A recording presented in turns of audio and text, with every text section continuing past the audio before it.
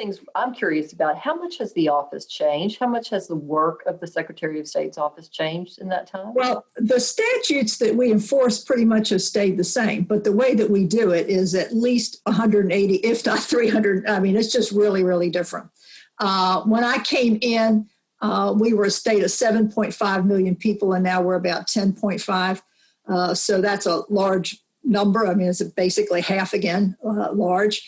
We had an old Wang system that was what the state of Delaware had used, and it was their secondhand equipment that they sold to a prior Secretary of State.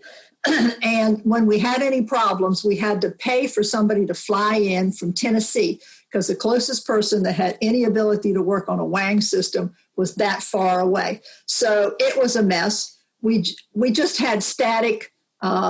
You couldn't interact with anything. It had a telephone number and an address. And the employees that were using the office side of it, it took 20 seconds between screens. And it would take about 5 screens to even answer any questions at all. So it wasn't very efficient at all. Fortunately, I had served in the state Senate, and the folks there trusted me. They knew me and knew I was going to do what I said I was going to do, and they believed in me that I had the ability to do it. There wasn't even a technology plan.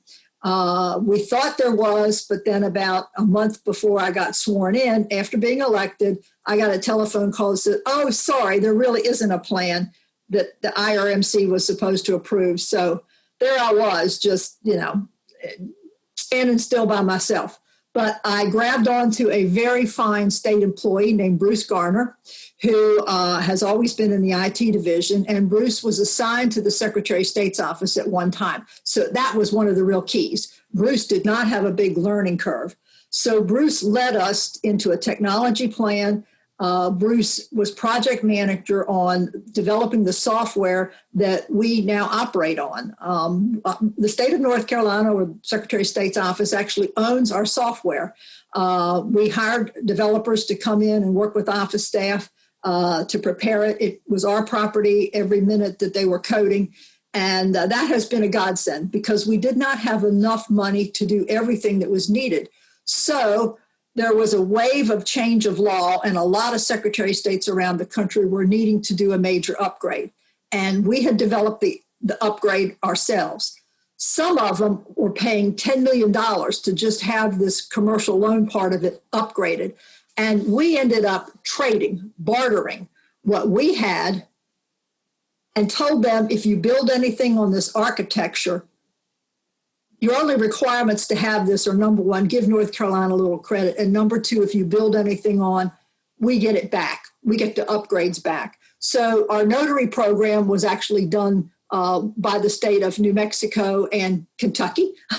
We can thank them for that. And then we customized it for our needs. And that's how we build the different component parts of the architecture on. So that part was a major step forward. That's allowed us and businesses to interact with government as it's progressed across the years into, a model of what should be done.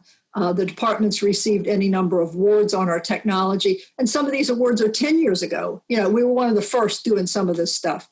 So we've streamlined and continued. We've since developed electronic notarization that allows for a totally paperless loan closing. And we're seeing that grab a hold. There were a lot of pieces of parts to that, but we've gotten them all in place.